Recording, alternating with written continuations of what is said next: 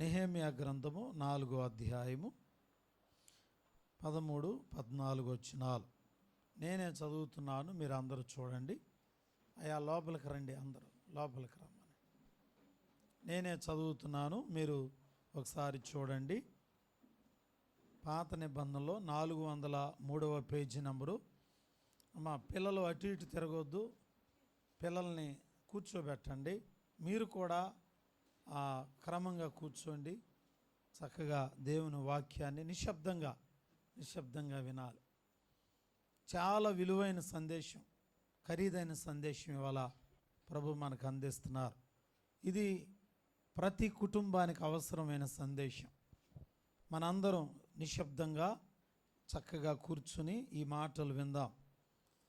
నెహెమ్యా గ్రంథము 4వ అధ్యాయము 13వ వచనం. అందు నిమిత్తము గోడ వెనుకనున్న దిగువ స్థలములోను పైనున్న స్థలములలోను జనులను వారి వారి కుటుంబముల ప్రకారముగా వారి కత్తులతోనూ వారి ఈటెలతోనూ వారి విండ్లతోనూ నింపితిని.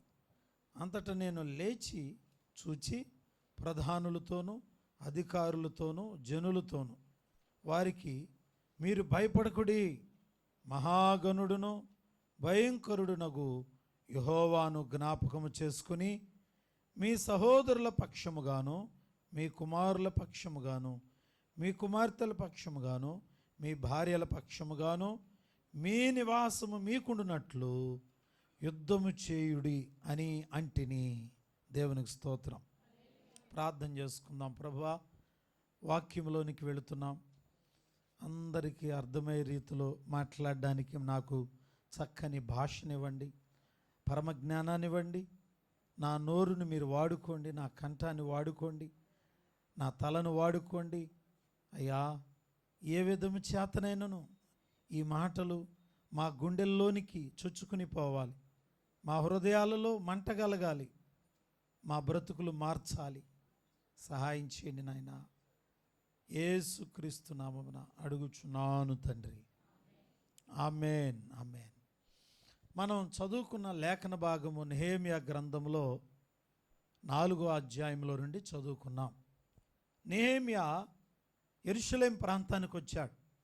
ఎందుకొరకంటే పాడైన మందిరాన్ని కట్టడానికి, పాడైపోయినటువంటి నివాసాలన్నిటిని కట్టడానికి. చాలామంది జీవితాలు పాడైపోయినాయి. ఆ యెరూషలేములో ఉండే ఇజ్రాయిల్ యొక్క ఫ్యామిలీస్ అన్నీ చెదిరిపోయాయి, ఇళ్ళన్నీ కాలిపోయాయి, చర్చి కాలిపోయింది. ఇలాంటి పరిస్థితుల్లో నెహెమ్యా మరలా తిరిగి ఊరుని, గ్రామాన్ని, ఆ ఇళ్లను, మందిరాన్ని కట్టడానికి ఆయన ప్రజలను మరలా పురికొల్పాడు, బలపరిచాడు. అందరూ కలిసికట్టుగా పనిచేయడానికి పూనుకున్నారు. ఇక్కడ మనం చదువుకున్న లేఖన భాగం చూస్తే ఇక్కడ నెహెమ్యా అంటున్నాడు, ఇశ్రాయేలు ప్రజలందరితో ధైర్యం చెబుతున్నాడు. మీరందరూ పిరికితనం ఉండొద్దు, ధైర్యంగా ఉండండి. దేవుడు మనకు తోడై ఉన్నాడు. మన దేవుడు ఎవరంటే భయంకరమైన దేవుడు, మహాగణుడైన దేవుడు మనకు తోడై ఉన్నాడు. మీరేం చేస్తారంటే ధైర్యంగా ఉండండి. మీరందరూ ఏం చేయాలనంటే మీ యొక్క ఆయుధాలు చేతబట్టుకుని మీ పిల్లల పక్షముగా, మీ కొడుకుల పక్షంగా, కుమార్తెల పక్షంగా, భార్యల పక్షంగా, భర్తల పక్షంగా మీ నివాసం మీకుండునట్లు యుద్ధము చేయాలి. ఏం చేయాలంట? యుద్ధము చేయాలి. బిడ్డలారా, ఈ లోకంలో సాతానికి సమయం తక్కువగా ఉన్నది. అందువల్లనే సాతానుడు ఈ లోకములో ఉన్న ప్రతి కుటుంబాన్ని గలిబిలి చేస్తున్నాడు. ఈరోజు మన అంశం ఏంటంటే, నీ కుటుంబము నా కుటుంబము పరలోకం చేరాలంటే ఏం చేయాలి? నీ కుటుంబము నా కుటుంబం పరలోకం చేరాలంటే ఏం చేయాలి? ఇక్కడ ఎలాగునా ఒకే ఇంట్లో భార్య, భర్తలు, పిల్లలు కలిసిమెలిసి మీ ఇంట్లో ఎలా కలిసిమెలిసి ఉంటున్నారో, ఎట్ ద సేమ్ టైం పరలోకంలో కూడా మన యొక్క కుటుంబం ఒక్క డెక్క కూడా మిగలకుండా పరలోకంలో కలిసిమెలిసి జీవించాలనే ఆశ మీకు లేదా?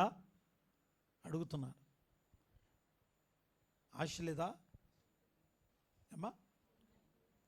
ఇప్పుడు ఇక్కడ భూమి మీద ఎట్లయితే మన కుటుంబం కలిసిమెలిసి ఉంటున్నామో, రేపొద్దున చనిపోయిన తర్వాత కూడా మనందరం పరలోకంలోనంట అనుకోవాలి, మా అబ్బాయి ఏడి, నా కూతురు, లేకపోతే నా రెండో కొడుకు, లేకపోతే మా అమ్మాయి, మా అల్లుడు, లేకపోతే నా భర్త, నా భార్య, అందరూ కూడా పరలోకంలో మనందరం అక్కడ కూడుకోవాలి. దేవుని బిడ్డలారా, హల్లెలూయా. సాతానుడి యొక్క ప్రణాళిక ఏంటంటే మన కుటుంబాలను పరలోకం చేరనీయకుండా ఏదో ఒక విధంగా ఏం చేయాలనుకుంటున్నాడమ్మా? పాడు చేయాలనుకుంటున్నాడు. నా వైపు చూడాలి, చూడండి, జాగ్రత్తగా వినాలి. ఈరోజు ఎక్కడ చూసినా సాతాను యొక్క ప్రయత్నం ఏంటంటే మన కుటుంబాలలో ఏదో ఒక వ్యక్తిని నరకానికి తీసుకుని వెళ్ళాలి. ఆ ప్రయత్నంలో ప్రతి కుటుంబాన్ని గలిబిలి చేస్తున్నాడు. ప్రతి కుటుంబంలో ప్రతి యవన బిడ్డని, ప్రతి యవన కూతురుని గలిబిలి చేస్తున్నాడు. వాడి ఉద్దేశం పాతాళానికి తీసుకెళ్ళాలి.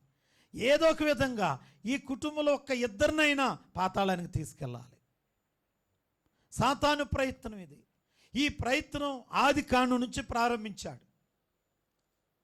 ఈ ప్రయత్నం ఆది కాలంలో నుంచే దేవుడు కుటుంబం ఈ భూమి మీద పెట్టిన దగ్గర నుంచి వాడి ప్రయత్నం ఏంటంటే దేవుడు పెట్టిన ఈ కుటుంబాల్లో కొంతమందినైనా ఎక్కడికి తీసుకెళ్ళాలి?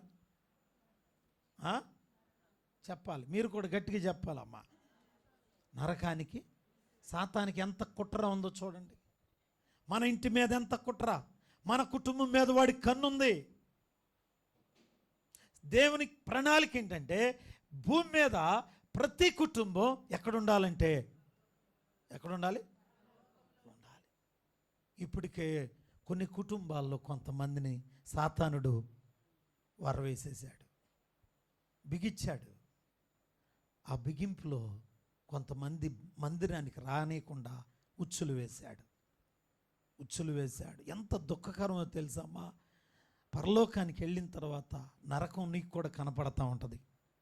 నీ కన్న బిడ్డ నీ కళ్ళ ముందే వాడు అగ్నిలో కాలిపోతా కేకలు పెడుతుంటే మన గుండె పిండిపోద్ది. నా కొడుకు ఇక్కడ కాలిపోతున్నాడు. నీ బిడ్డ ఒక కాలు ఇరిగి అతడు మంచం మీద పడిపోతే, లేకపోతే నీ బిడ్డకి యాక్సిడెంట్ అయ్యి, లేకపోతే నీ కూతురికి బ్రిలారా ఏదైనా జరగరానిది ఒకటి జరిగి నీ కుమార్తె సంసారమే పాడైపోతే నీకు ఆనందమేనా? సంతోషంగా ఉంటావా? ఎంత బాధేస్తుంది. ఏంటి, లోకంలో పిల్లలందరూ ఆనందంగా ఉంటే నా కూతురే కుటుంబం ఎట్లయిపోయింది, నా కొడుకు పరిస్థితి ఎట్లయిపోయిందని కన్న తండ్రిగా తల్లిగా నీకు ఎంత బాధ ఉందే. మనందరి కుటుంబాల గురించి దేవునికి ఎంత బాధ ఉందో తెలుసా అమ్మా? ఎంత బాధపడుతున్నాడు. దేవుని చిత్తాన్ని తెలుసుకోలేనటువంటి పరిస్థితుల్లో ఉన్నాం. ఈ రోజున నెహెమ్యా అంటున్నాడు, మీ కుటుంబాలు, మీ పిల్లలు, మీ భార్యలు, మీ యొక్క కడునకంటున్నటువంటి ప్రతి బిడ్డ ఒక్కళ్ళకు కూడా వదిలిపెట్టవద్దు. అందరికీ నివాస స్థలాలు ఉంటున్నట్లు మనం ఏం చేయాలంట? యుద్ధం చేయాలి. ఈరోజు దేవుని ప్రణాళిక మనందరూ యుద్ధం చేయాలి. మన కుటుంబాన్ని నాశనం చేయాలని ఒకడు కంకణం కట్టుకున్నాడు. సాతాను యొక్క ఉద్దేశం ఏంటో యెషయా ప్రవక్త రాస్తున్నాడు. చూడండి, మన హృదయాలు గింగిరమంటాయి. యెషయా గ్రంథం 14వ అధ్యాయం 17వ వచనం చదువుదాం. 14వ అధ్యాయము. సాతాను యొక్క ఉద్దేశం, సాతాను యొక్క కార్యం భూమి మీద ఏంటో తెలుసా? 14వ అధ్యాయము 17వ వచనం. భూమిని కంపింపజేసి రాజ్యములను వణికించిన వాడు ఇతడేనా? లోకమును అడవిగా చేసి దాని పట్టణములను పాడు చేసిన వాడు ఇతడేనా? తాను చెరపట్టిన వారిని తన నివాస స్థలమునకు పోనివ్వని వాడు ఇతడేనా? చూడండి దేవుని బిడ్డలారా, సాతాను యొక్క పని ఏంటంటే ఇక్కడ ప్రశ్న అడుగుతున్నా. లోకములో ప్రతి కుటుంబాన్ని పాడు చేసి ఏదో ఒక విధంగా నరకానికి తీసుకువెళ్ళటానికి ప్రయత్నం చేస్తున్న వాడు ఇతడేనా? లోకమును అడవిగా చేసి పట్టణాలను పాడు చేసిన వాడు ఇతడేనా? తాను చెరపట్టిన వాడిని తమ నివాస స్థలమునకు పోనీయకుండా ఆపేవాడు ఇతడేనా? ఇక్కడ కూర్చున్న మనందరికి నివాస స్థలాలు ఉన్నాయి. మనం ప్రార్థన అయిపోగానే ఎక్కడికి వెళ్తామమ్మా? ప్రార్థన అయిపోగానే ఎక్కడికి వెళ్తాం? చెరువులోకి వెళ్తామా? ఏమ్మా బస్ స్టాండ్కి వెళ్తామా? లేదే, మన ఇంటికి మనం వెళ్తాం. అలా మన ఇంటికి వెళ్ళనీయకుండా అడ్డుపడితే మనకు బాధ కదా? సాతాను యొక్క ఉద్దేశం ఏంటంటే మన నివాస స్థలం ఉందంటండి, ఎక్కడ? అక్కడికి వెళ్ళనీయకుండా ఏం చేస్తున్నాడంట? అడ్డుపడుతున్నాడమ్మా, అడ్డుపడుతున్నాడు. బిడ్డలారా, మీరు సాతాను గురించి మీకు ఒక మాట చెప్పాలి. చచ్చిపోయిన తర్వాత కూడా మనల్ని వదిలిపెట్టాడు ఆయన. చచ్చిపోయిన తర్వాత కూడా మనల్ని వదలతలా. ఎందుకో తెలుసా? ఎలాగైనా చనిపోయిన వాడిని కూడా ఎక్కడ తీసుకెళ్ళాలి? పాతాళానికి తీసుకెళ్ళాలి. మోషే ఒక మాట అన్నాడు. కానాను యాత్రలో ఇశ్రాయేలును మరి నడిపిస్తున్న ఆ విధానంలో కొంచెం కోపం వచ్చి అతడు కాని మాట ఒకటి పలికాడు. ద్రోహులారా అనే మాట అన్నాడు. మోషే చనిపోయిన తర్వాత ఆ మాట పట్టుకుని ఆ మోషే అనేటటువంటి ఆయన చనిపోయిన తర్వాత ఆయన ఆత్మని నరకానికి తీసుకెళ్ళడానికి డైరెక్ట్గా సాతానుడు వచ్చేసాడు.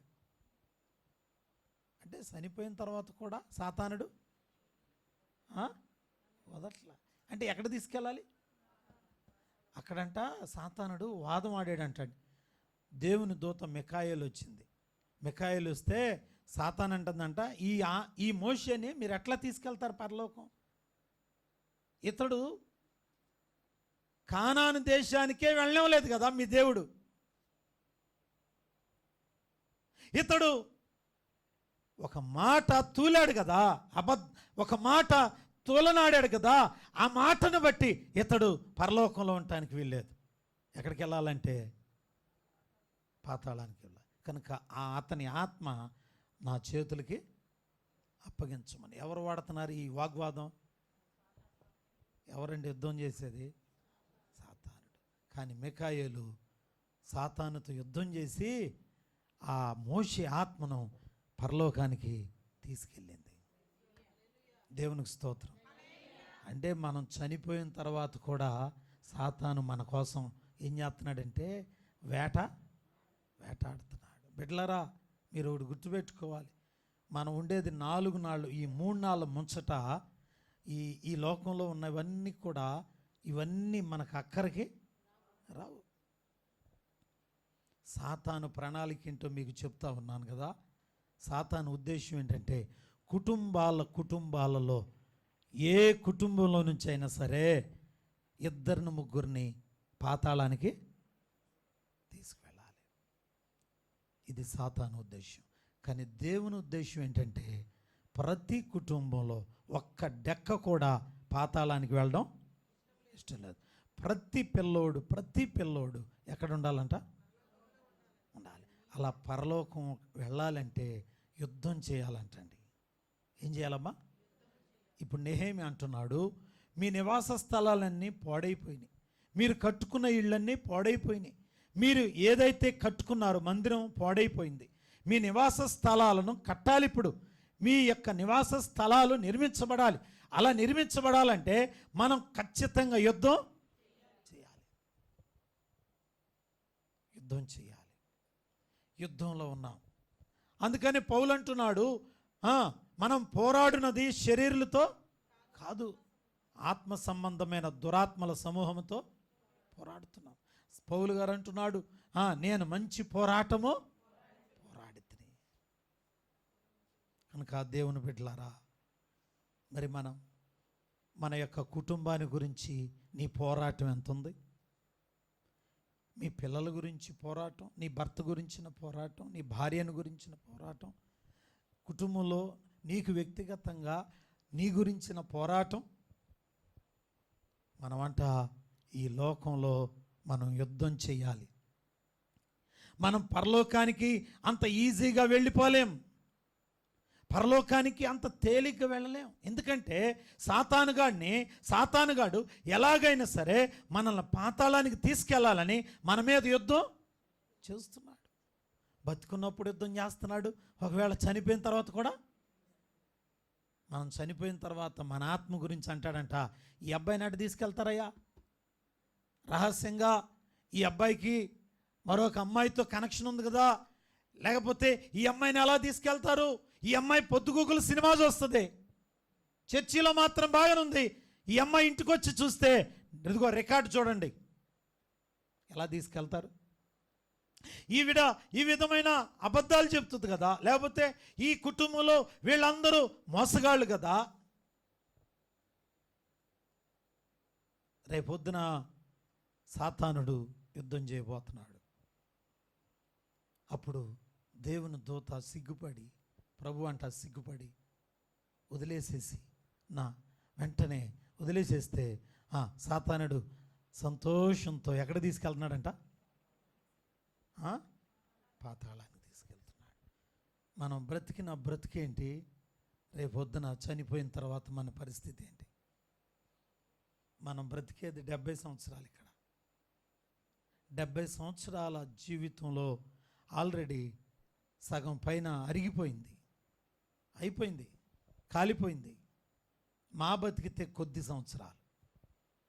ఇప్పుడైనా మనం జాగ్రత్త పడకపోతే మన ఇంట్లో ఎంతమంది పాతాళానికి వెళ్తున్నారో నీ కళ్ళ ముందు కనబడుతున్నారు, నీకు తెలియకుండా లేదమ్మా. సహోదరుడా, నీ కళ్ళ ముందు నీ పిల్లలు పరలోకం వెళ్తారా లేదా, లేకపోతే నీ యొక్క ఇంట్లో వాళ్ళు ఎంతమంది పరలోకానికి వెళ్తారో నీకు తెలిసిపోతుంది. అంటే సాతానుడు ఆల్రెడీ కొంతమందిని తన బుట్టలో వేసుకున్నాడు. నేను అడుగుతున్నాను, ఆస్తులు సంపాదించుకోవడమేనా? దేనికోసం? ఆపత్కాలం ముందు మన ఆస్తులు అక్కడికే రావు కదా. కరోనా వచ్చినప్పుడు ఏ ఆస్తులు అడ్డుపడినాయి అమ్మ? కరోనా పేదవారే చనిపోయారా? పెద్ద పెద్ద ధనవంతుడు చనిపోయారు, కోటీశ్వర్లు కోటాను కోట్లు సంపాదించిన వారు చనిపోయారు. డబ్బులు లేక కాదు, దేవుడు పంపించిన తెగులు ముందంట మన ఆస్తులు అక్కడికే రాలేదు. కానీ ఒకటి గుర్తుపెట్టుకోవాలి, మరణించిన తర్వాత నో ప్రాబ్లం, చనిపోయినా సరే ఇదిగో మా నాన్న పరలోకంలో ఉంటాడు, మా అమ్మ పరలోకంలో ఉంటుంది, ఇదిగో నా యొక్క బిడ్డలు పరలోకంలో ఉంటారనే ఆ కాన్ఫిడెంట్, ఆ నిశ్చయం నీకున్నదా? పోతే పోయింది బిడ్డలారా, పోతే పోయింది, ఆస్తులు పోయినా పర్లా, కట్టుకున్నవారు పోయినా పర్లా, కానీ నీ ఆత్మ రక్షించుకో, నీ ప్రాణాన్ని రక్షించుకో, నీ కుటుంబాన్ని రక్షించుకో. దేవుని బిడ్డలారా, మన కుటుంబాల పరిస్థితి ఏంటి? కనుక పరలోకం చేరాలంటే ఏం చేయాలమ్మా? ఆన్సర్ ఏంటి? ఏం చేయాలమ్మా? యుద్ధము చేయాలి. రైట్. ఇప్పుడు నెహెమ్యా ఇశ్రాయేలు ప్రజలతో చెప్పాడు, మనం యుద్ధానికి సిద్ధం కావాలి, అయితే యుద్ధం చేసేటప్పుడు 3 ఆయుధాలు వాడమని చెప్పాడు. ప్రధానమైనటువంటి ఆయుధాలు 3 ఆయుధాలు వాడమని చెప్పాడు. ఇప్పుడు మనం కూడా ఈ లోకంలో మన కుటుంబాలు రక్షించుకోవాలంటే మనం కూడా వాడవలసిన పనిముట్లు 3 ఉన్నాయి. ఇవి భౌతికంగా కనబడుతున్న పనిముట్లే, కానీ వీటి ఆంతర్య అర్థము, ఆత్మీయ అర్థము, ఆత్మ ప్రత్యక్షత మనం చూడాలి. మొట్టమొదటిగా నెహెమ్యా అంటున్నాడు, ప్రతి కుటుంబం యుద్ధం చేయాలి గనుక నెంబర్ 1 మొట్టమొదటిగా వాడాల్సినటువంటి ఆయుధం ఏంటంటే, ఇక్కడే రాస్తున్నాడు 4వ అధ్యాయము 13వ వచనం. ఆయన అంటున్నాడు, ఇదిగో గోడ కట్టడానికి దిగువ స్థలంలో పై స్థలంలో తమ వారి కుటుంబాల ప్రకారము వారి కత్తులతోనూ. మొట్టమొదటిది కత్తులు. అమ్మ కత్తులు తెలుసుగా, లేకపోతే చూపించాలా? అసలు తెలియని వాళ్ళు ఎవరు ఉండరు కదా. మొట్టమొదటి ఆయుధం అంట ఏం వాడమంటున్నాడు? కత్తులు లేక ఖడ్గాలు. మొట్టమొదటిది కత్తులు. కత్తులు కావాలి. ఏంటి కత్తి? ఇది ఖడ్గం. ఖడ్గం. ఈ ఖడ్గం పేరు రాస్తున్నారు కదా, ఎఫెసీ 6:17 ఉంది. ఎఫెసీ 6:17 చూడండి. ఎఫెసీ 6:17 దేవుని వాక్యమనే ఆత్మ ఖడ్గమును ధరించుకోమని సెలవిస్తా ఉన్నాడు. ఎఫెసీ 6:17 మరియు రక్షణ అనే శిరస్త్రాణమును దేవుని వాక్యమనే ఆత్మ ఖడ్గము. అదండి దేవునికి స్తోత్రం. అంటే మన ఖడ్గం అనంటే ఏదో మనం ఆటో నగర్ వెళ్ళి కత్తులు చేపించుకురావటం కాదు. ఖడ్గము మొట్టమొదటిది మనం పరలోకం చేరాలంటే వాడాల్సిన ఆయుధం ఏంటో తెలుసా? మన యుద్ధానికి దేవుని వాక్యమనే ఆత్మ ఖడ్గం. చెప్పండి, ఈ మాట చెప్పండి. దేవుని ఆత్మనే దేవుని వాక్యమనే ఆత్మ ఖడ్గం అనండి అమ్మా. దేవుని వాక్యమనే స్తోత్రం చెబుతాం. అంటే ఇక్కడ కత్తి అని అంటే దేవుని వాక్యము, దేవుని వాక్యం. మనం పరలోకం చేరాలంటే ఉదయం లేచిన దగ్గర నుంచి సాయంత్రం దాకా వాక్యము తరి చూసుకోవాలి, వాక్యం చదవాలి, వాక్యాన్నే మనము ప్రియులార కొలమానం వేసుకోవాలి, వాక్యంతోనే మనం దినదినము ఆహారం తినాలి. వాక్యం అంట మన ఇంట్లో ఏలుబడి చేయాలి. వాక్యం. భార్యాభర్తలారా, దేవుని వాక్యమును మీ ఇద్దరు తినాలి. మీరు తింటూ మీ పిల్లలకు తినిపించాలి. పొద్దున్న లేచిన దగ్గర నుంచి సాయంత్రం దాకా మన ఇళ్లల్లో ప్రతి మాట వాక్యానుసారంగా ఉండాలి. దేవుని బిడ్డ వాక్యమే. 149వ కీర్తన 7వ చరణం 8వ చరణం. వాక్యానికి ఉన్న ఘనత ఏంటో చూద్దాం. అక్కడ 149వ కీర్తన 149వ కీర్తన 7వ చరణం. అన్యజనులకు ప్రతిదండన చేయుటకును ప్రజలను శిక్షించుటకును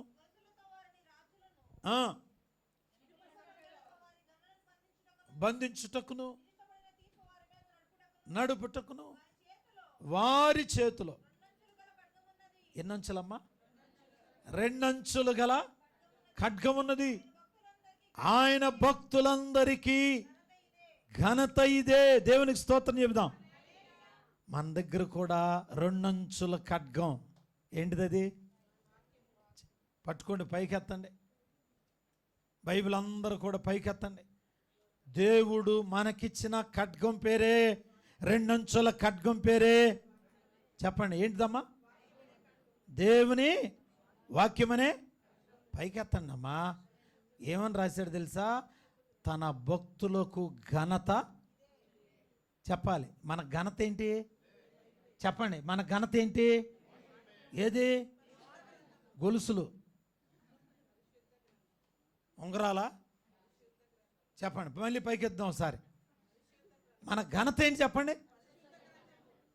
దేవుని వాక్యమని ఆత్మ ఖడ్గం అని చెప్పండి. దీనివల్ల మనకేంటంట? మళ్ళీ చెప్పండి. దేనివల్ల? దేవుని ఇదే ఘనత.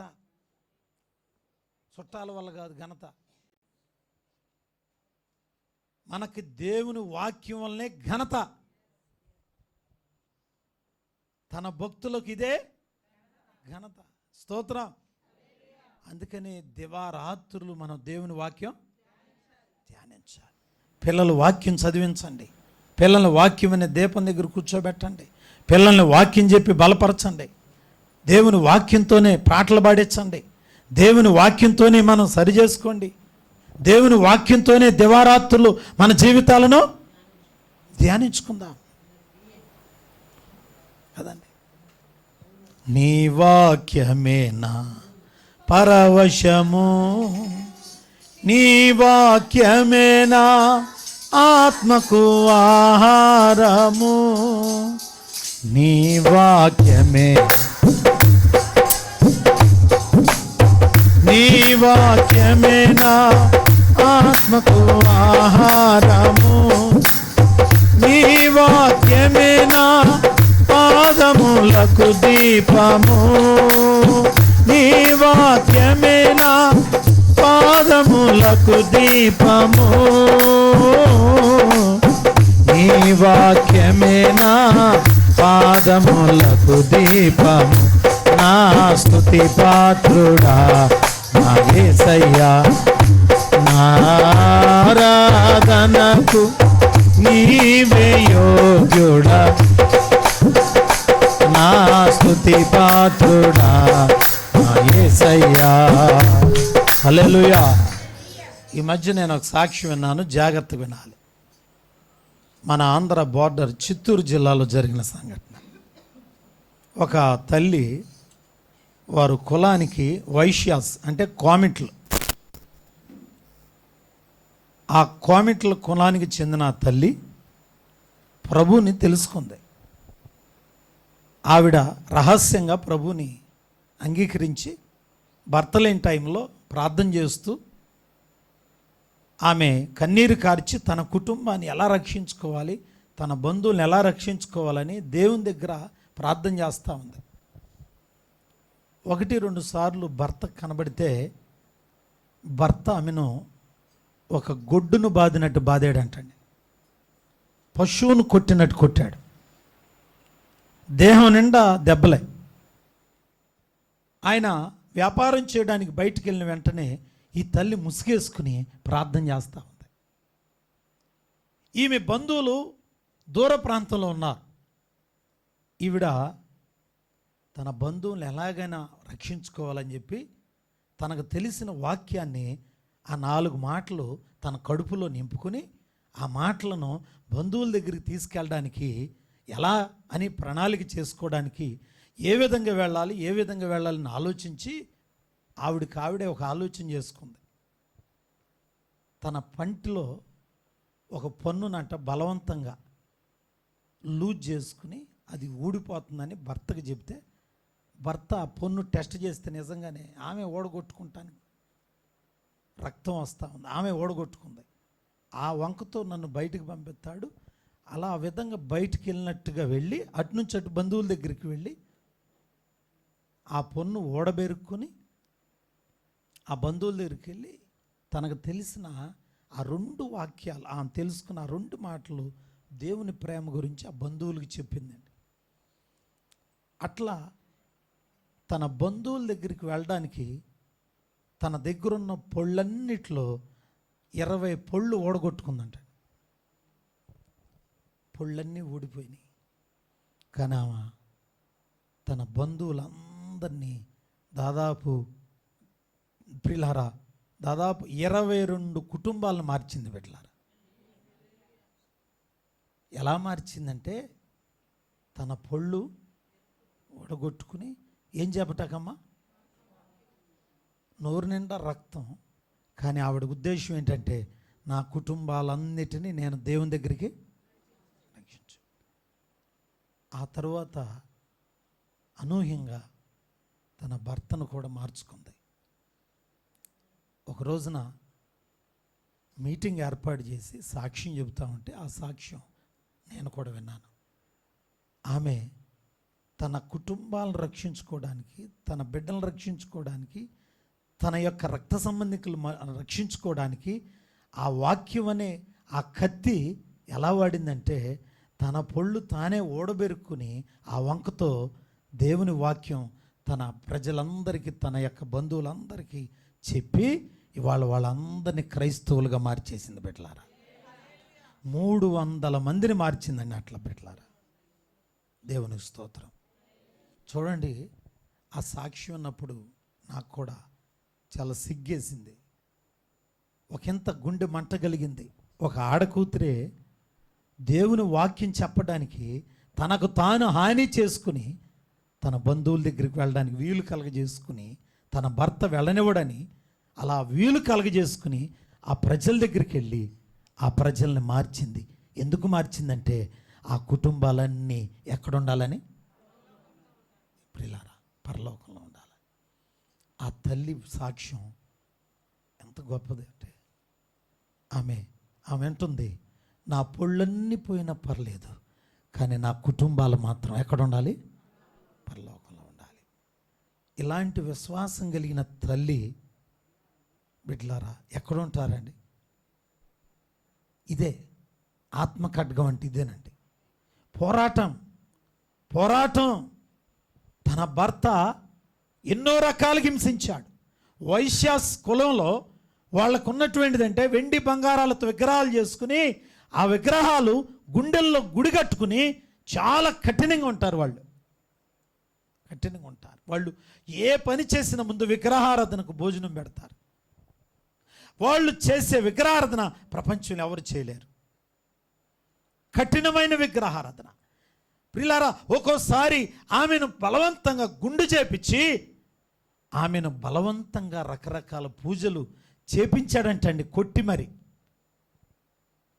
అవన్నీ తట్టుకుంటూ ఆమె అనుకుందంట, ఎట్లాగైనా నా భర్తని, నా పిల్లలను, నా రక్త సంబంధికుల్ని మార్చుకొని పరలోకానికి తీసుకెళ్ళాలి. దేవుని బిడ్డలారా, భర్త మారిన తర్వాత ఆ భార్య చేతులు పట్టుకుని ఏడ్చి బిగ్గరగా ఆయన అంటున్నాడు, నిజంగా నా భార్య ఎలా చేయకపోతే ఇవాళ మేమందరం అగ్నిలో కాలిపోయేవాళ్ళం. అగ్నికి ఆహుతైపోయి పురుగు చావదు, ప్రియులారా అగ్ని ఆరదు అని అగ్ని ఆరదు. భయంకరమైన ప్లేస్. నేను అంటున్నాను, మన కుటుంబాలు రక్షించే విషయంలో ఒక్కొక్కసారి మన చేతులు విరిగినా, మన ముఖం బద్దలైనా, మన కాళ్ళు విరిగినా, నా దర్శనం ఏంటంటే మన కుటుంబాలన్నీ ఎక్కడ ఉండాలి? పరలోకంలో ఉండాలి. ఎందుకంటే యుద్ధం చేయకపోతే మన కుమారుడు మనతో పాటు పరలోకం రాడు. యుద్ధం చేయకపోతే నీ భర్త నీతో పాటు పరలోకానికి రాడు. యుద్ధం చేయకపోతే నీ కుటుంబాన్ని అంతటినీ పరలోకానికి తీసుకెళ్ళలేవు. యుద్ధం చేయాలి. ఇది మాటలతో కూడింది కాదు, లేక ఏదో రెండు పాటలు పాడేది కాదు. ఇది కష్టపడి యుద్ధం చేయాలి. అలా యుద్ధం చేసేవాళ్ళు ఈ పరిచర్యలో మన సంఘంలో లేవనెత్తబడాలి. దేవుని బిడ్డలారా, యుద్ధం చేయకపోతే దొరకరు. యుద్ధం చేయకపోతే నీ కుటుంబం పరలోకం చేరదు. కష్టపడాలి.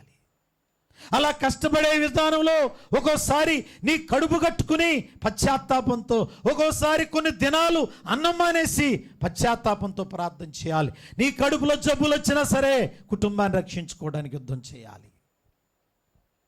యుద్ధంలో నీవు గెలుస్తావు. ఎందుకంటే నీ పక్షానున్న దేవుడు ప్రియులారా, నెహెమ్యా అంటున్నాడు, మన దేవుడు ఎవరంట?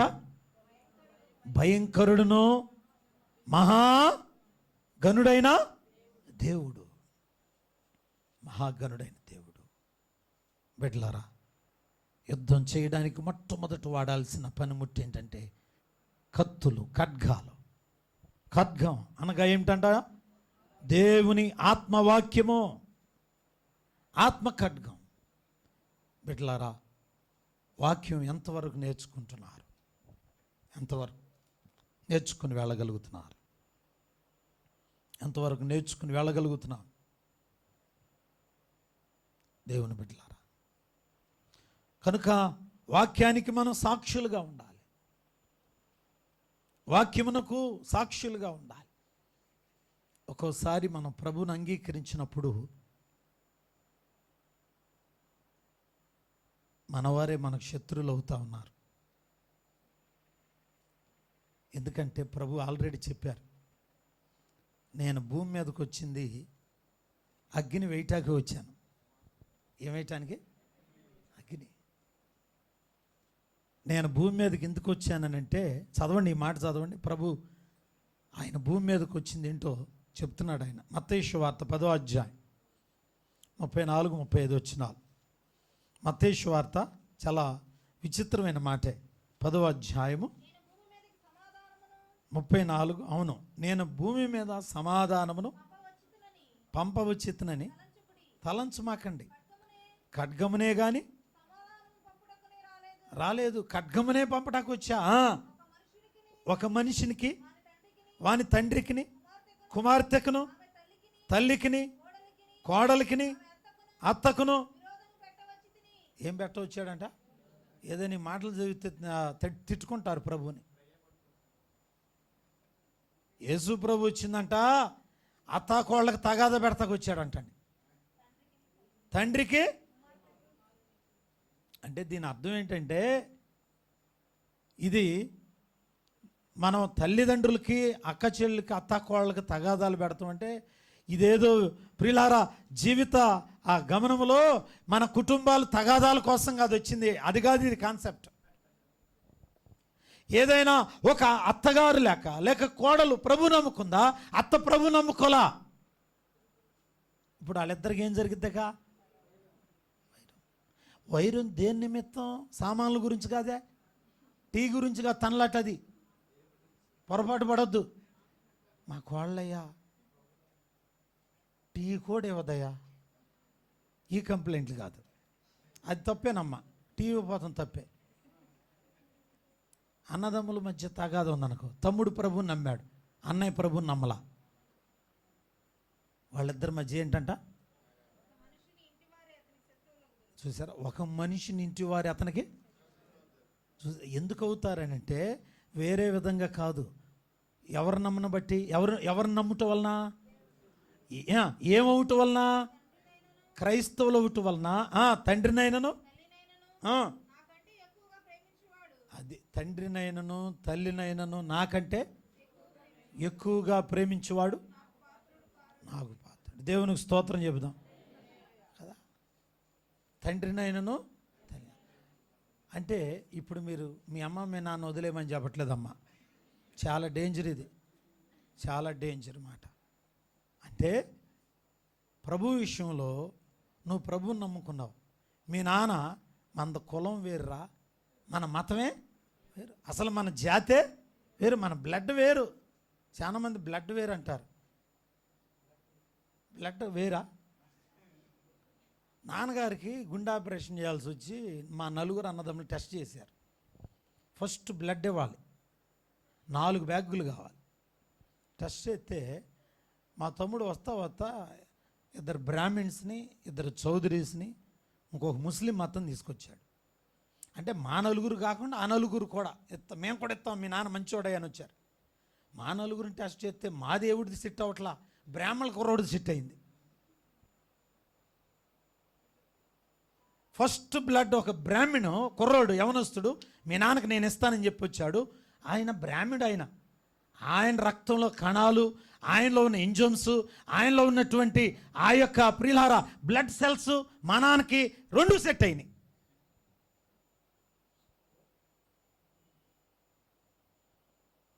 అప్పుడు అనిపించింది మా నాన్న బ్రాహ్మడు అనుకుంటా, నేను అనుకున్నాను. పొరపాటు పడ్డారు పాపం. చాలామంది అంటారు మా రక్తం వేరు మీ రక్తం వేరు. ఇవన్నీ మనం పిచ్చభ్రమలండి. దేవుడు ఒకే మనుషుల్లో నుంచి కలగజేశాడని బైబిల్ క్లియర్గా చెబుతుంది. మనం ఒక్క నరుల్లో నుంచి వచ్చాం. హల్లెలూయా, హల్లెలూయా. ఒక్క నరుల్లో నుంచి వచ్చాం కనుక బిడ్డలారా మనం గమనించాలి.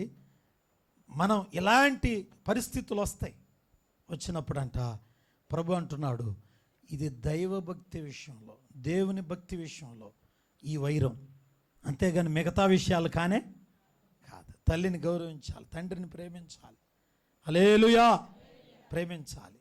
అయితే దేవుని విషయంలో కట్ట మీదకి వెళ్తున్నారా? దేవుని విషయంలోనట మనం ఎవరిని లెక్క చేయొద్దు.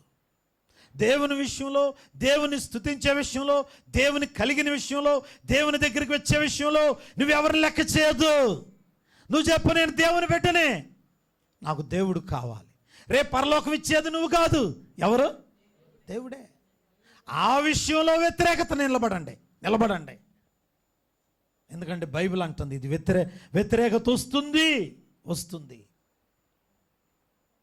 కనుక ఖడ్గం కావాలి, ఆత్మ ఖడ్గం కావాలి. ఎందుకు ఈ ఆత్మ ఖడ్గం అంటే ఎలాగైనా సరే కుటుంబాలు ఎక్కడ తీసుకెళ్ళాలి. మన కాన్సెప్ట్ ఇది బిడ్డలారా. ఒకవేళ దేవునిలో ఉంటున్న నీ మీదకి శరీరాశలు కలిగిన వాళ్ళు ఎవరైనా నీ మీదకి వస్తే వ్యతిరేకించండి. నీ రక్త సంబంధికులే, నీ బంధువులే నీ దేవుడి గురించి వ్యతిరేకంగా మాట్లాడుతున్నారా ప్రియులారా, మనం వారికి వ్యతిరేకంగా నిలబడదాం, ప్రార్థన చేద్దాం. ఎందుకంటే మన చేతికి దేవుడు ఆత్మ ఖడ్గం ఇచ్చాడు. నువ్వు వాక్యాన్ని బాగా తెలుసుకుని వారితో మాట్లాడాలి. అలా మాట్లాడగలిగితేనే మనం ఒక ఆత్మను రక్షించగలుగుతాం. దేవుని వాక్యం దొంగలను మార్చింది, వ్యభిచారులు మార్చింది, పోకిరి వాళ్ళని మార్చింది, రౌడీలు మార్చింది, ప్రియులారా రకరకాలైన ప్రజల్ని మార్చిందండి. వాక్యానికి ఆ శక్తి ఉంది, వాక్యానికి ఆ శక్తి ఉంది. ప్రియులారా, ఒక పేద కుటుంబంలో జన్మించిన ఒక కుర్రోడు అంటండి, తండ్రి చనిపోయాడు. 16-17 సంవత్సరాల వయసు అప్పుడు తన తండ్రి చనిపోయాడు. తన తల్లిని పోషించుకోవడానికి ఏం చేయాలో అని ఆలోచిస్తూ ఉన్నాడు. ఆలోచిస్తూ ఊళ్ళో వాళ్ళు అన్నారయ్యా, మీ నాన్న ఉన్నప్పుడు మిమ్మల్ని బాగా చూసుకున్నాడు, నువ్వు జాగ్రత్తగా చూసుకోవాలన్నారు. ఇక అతను వాళ్ళ నాన్నగారి కంటే ఎక్కువ జాగ్రత్తగా చూసుకుంటున్నాడు. విపరీతమైన డబ్బు తెస్తున్నాడు. తల్లి ఆశ్చర్యపోతుంది, ఏంటి ఇంత డబ్బులు ఎక్కడి వీడికి? ప్రిలారా, ఇల్లు కట్టాడు, తల్లిని చాలా బాగా చూసుకుంటున్నాడు, వస్తువులన్నీ తెస్తున్నాడు. వాళ్ళ అమ్మగారికి అర్థం కావట్లా, ఎక్కడ వీడికి? వాళ్ళ స్నేహితులను అడిగింది, అమ్మా ఎక్కడే మా అబ్బాయి ఇంత డబ్బులు, ఇంత వస్తువులు, మరి ఇంత ఖరీదైనవి అన్నీ కొంటున్నాడు, ఏం ఉద్యోగం చేస్తున్నాడయ్యా, మా అబ్బాయి ఎక్కడైనా ఉద్యోగంలో జాయిన్ అయ్యాడా ఏంటనంటే స్నేహితులు చెప్పారు, ఉద్యోగం కాదమ్మా, రాత్రుల పూట దొంగతనం చేస్తున్నాడని చెప్పారు. దొంగతనం, నైటు ఖరీదైన ఇళ్లలో దొంగతనాలు చేసి డబ్బులు తెస్తూ అవన్నీ కూడా ఖరీదైనటువంటివన్నీ దొంగిలించి ఇంట్లో బాగా వస్తువులు కొంటున్నాడు, తల్లిని చూసుకుంటున్నాడు. తల్లి బాగా ప్రార్థన పర్రాలు. ఆ మాట అనగానే కుప్పగూలిపోయి బిడ్డ కోసం ఏడ్చింది. సాయంత్రానికి కొడుకు వచ్చాడు, బిడ్డ చేతులు పట్టుకుని ఏడ్చి అడిగింది, అయ్యా మోసకరమైనటువంటి డబ్బులతో ఇవన్నీ తెస్తున్నావు, నాకు ఇష్టం లేదయ్యా, నాకు ఇష్టం లేదు, నువ్వు మార్పు చెందకపోతే నాకు అవసరం లేదయ్యా, నా బ్రతుకు నేను బతుకుతాను, నువ్వు మార్పు చెందితే కలిసి ఉందాం, లేకపోతే వద్దయ్యా అని ఆ తల్లి ఏడ్చి 2 చేతులు పట్టుకుని నువ్వు మారతావా లేదా అని అడిగితే ఆ తల్లి తనకు తెలిసిన వాక్యం 2 మాటలు చెప్పిందండి. వెంటనే కొడుకు తన హృదయాన్ని దేవునికి ఇచ్చాడు. మరుసటి రోజట ఒక పాత సైకిల్ ఒకటి కొనుక్కొని ఆ ప్రియులారా ఆ ఊరంతా తిరుగుతూ అంటున్నాడట, తన దగ్గర ఉన్న డబ్బులు పాత సామాన్లు కొంటాం అని ముందు సైకిల్ మీద ఒక సంచి కట్టుకుని బయలుదేరాడంటండి. బయలుదేరితే నిదానంగా పాత సామాన్లు కొంటానన్న ఆ పిల్లవాడే 4 సైకిళ్ళు కొని 4 వ్యక్తుల్ని 4 ప్రాంతాలకు పంపించే స్థాయికి ఎదిగాడు. ఎదిగితే పాత సామాన్లన్నీ కూడా అలాగున సేకూర్చుకుని రూపాయి కూడబెట్టి బిడ్డలారా ఒక చిన్న ఇనప కంపెనీ పెట్టాడు. దేవుడు ఆ తల్లి ప్రార్థన, బిడ్డ ప్రార్థన ఆలకించి ఆ యొక్క కంపెనీ అంచెలంచెలుగా దేవుడు ఆశీర్వదిస్తూ వచ్చాడు. ఆ కంపెనీయే చివరాఖరికి ఏమైందో తెలుసా ప్రియులారా, అదొక బెంజ్ కంపెనీగా మారిపోయింది. దేవుని బిడ్డలారా, దేవునికి స్తోత్రం చెబుదాం. కారుల కంపెనీగా మారిపోయింది బిడ్డలారా. ఇవాళ ప్రపంచమంతా కూడా ఆ కారులు, ఖరీదైన కారులు, కోటాను కోట్ల రూపాయల కారులన్నీ తయారు చేసే ఒక కేంద్రంగా ఒక గొప్ప కంపెనీ ఓనర్ అయిపోయాడు బిడ్డలారా. అతను అడిగితే చెప్పాడు, మా అమ్మ నాకు వాక్యం చెప్పింది, ఆ వాక్యం చేతనే నేను రక్షించబడ్డాను. ఎలా ఇది సాధ్యం అని అడిగితే వాళ్ళు చెప్పారు, మా అమ్మగారు చెప్పిన ఆత్మ ఖడ్గం అనే వాక్యం నా గుండెల్లో ఉన్న అపవిత్ర పొరలన్నీ కట్ చేసింది.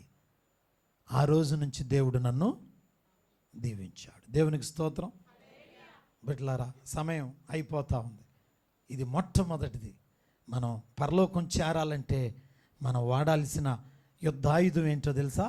దేవుని ఆత్మ ఖడ్గం. దేవుని వాక్యం అనే ఆత్మ ఖడ్గం వాడండి. పిల్లల్ని రక్షించండి, కుటుంబాన్ని రక్షించండి, నీ బిడ్డలను రక్షించుకో. బిడ్డలారా రక్షించుకోండి, మన కుటుంబం రక్షించబడాలి. రెండో మాట చెప్పి నేను ముగిస్తాను. రెండోది ఇంకొక పనిముట్టు వాడారు. రెండోది ఏంటంటే నెహెమ్యా గ్రంథం. మరలా మనం సబ్జెక్టులోకి వెళదాం. మన యొక్క కాంటాక్స్ట్ ఏంటంటే నెహెమ్యా 4వ అధ్యాయము 13వ వచనంలో మొట్టమొదటిగా వారు కత్తులతోనూ, రెండోది వారి ఈటెలతో. ఏంటమ్మా? రెండోది ఈటె. ఈటె తెలుసమ్మా? కర్ర ఉంటుంది, కర్ర పై భాగంలో అందరికి ఈటెలు తెలుసుగా. దేవునికి స్తోత్రం బిడ్డలారా. ఈటె, రెండోది ఈటె. ఈటె ఇది రెండంతల అభిషేకానికి సాదృశ్యం, రెండంతల బలానికి, రెండంతల ఆత్మకు ఇది సాదృశ్యం. ఎందుకనంటే బిడ్డలారా, మోషే చేతిలో ఏముంది చెప్పండి? కర్ర ఉంది. మోషే తర్వాత నడిపించడానికి ఇంకొక ఆయన వచ్చాడు. ఆయన ఎవరు? యెహోషువ. మోషే కాలంలో కర్ర వాడాడు, కానీ యెహోషువ కాలానికి వచ్చిన తర్వాత యెహోషువ హాయి పట్టణం మీద తన ఈటెను చాపగా అని ఉంటుంది. ఏం చాపాడంట? చాపాడు. అంతే, శత్రువులు మొత్తం స్మాష్ అయిపోయారు దేవుని బిడ్డలారా. అంటే మోషే కర్ర వాడితే యెహోషువ ఏం వాడాడు? ఈటు వాడాడు. దేవునికి స్తోత్రం బిడ్డలారా. ఈ రోజున మన అభిషేకం రెండంతలై ఉండాలి. ఈ రోజున మన ప్రార్థన రెండంతలు కలిగిందై ఉండాలి. ఈ రోజున మన యొక్క పరిశుద్ధమైన జీవితం మునుపటి కంటే రెండంతలు కలిగిందై ఉండాలి. ప్రతి విషయంలోనంట మనం రెండంతల ఆత్మతో ముందుకు వెళ్ళాలి. ఇది డబల్ పోర్షన్కి సాదృశ్యం, డబల్ పోర్షన్కి సాదృశ్యం.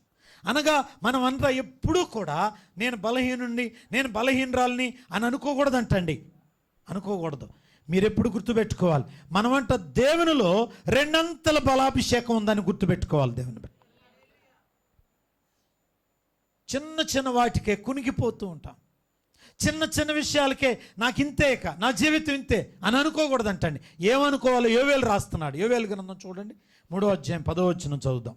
ఈ మాట చదివి నేను ముగింపులోకి వెళ్తాను. యోవేలు గ్రంథము 3వ అధ్యాయము చూడనా 10వ వచనాన్ని చదువుకుందాం. 3వ అధ్యాయము 10వ వచనం. అందరూ బైబిల్ కూడా తెరిచి చూడాలి. 754వ పేజీ నెంబరు పాత నిబంధనలో ఏముంది? చూడమ్మా, 3:10, 754వ పేజీ నెంబరు.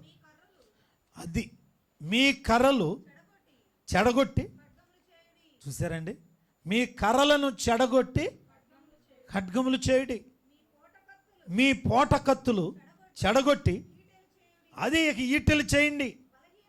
బలహీనుడంట, ఓ బలహీనులారా నేను బలాఢ్యుడను అనుకున్న వాళ్ళు గట్టిగా స్తోత్రం చెబుదాం. మనమంట ఇప్పుడు ఈట వాడటం అంటే అర్థం ఏంటో తెలుసా? ప్రతి బలహీనుడు అనుకోవాలంట నేను, చెప్పరేంటండి? ప్రతి బలహీనుడు ఏమనుకోవాలి? గట్టిగా చెప్పండి. మళ్ళీ అనుకుందాం, మన చేతులు ఎత్తి అనుకుందాం. చెప్పండి, నేను బలాఢ్యుడను, నేను బలాఢ్యుడను. ఇట్టంటే అట్ట గట్టిగా చెబుదాం అండి. కుడి చేయి పైకెత్తి, ఎవరినందు? మళ్ళీ చెబుదాం. ఈటేంటి ఇదే, పైకి ఎత్తాలి. ఈట్లు ఎత్తండి పైకి. ఈటేంటి ఇదే, చేయి పైకెత్తి చెప్పాలంట. చెబుదాం. రెండోసారి, మూడోసారి. స్వరం తగ్గుతుంది. నేను దేవుని యందు బలాఢ్యుడను. ప్రతి బలహీనుడు ఎట చెప్పుకోవాలంట దేవుని బిడ్డలారా. స్తోత్రం చెబుదాం. ఈ చర్చిలో ఇప్పుడు కూర్చున్న వాళ్ళు ఎవరైనా ఒకవేళ మీరు బలహీనంగా ఉంటే మీకు ఒక శుభవార్త, మీలంత బలవంతులు ఈ లోకంలో ఎవరు లేడు బిడ్డలారా.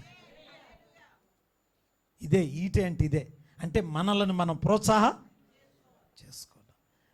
ప్రతి పిరికివాడు నేను ధైర్యవంతుడని చేయి పైకెత్తి చెప్పుకోవాలి బిడ్డలారా.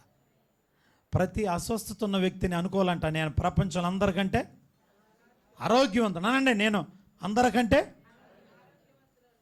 అందరికంటే ఆరోగ్యం. దేవునికి స్తోత్రం.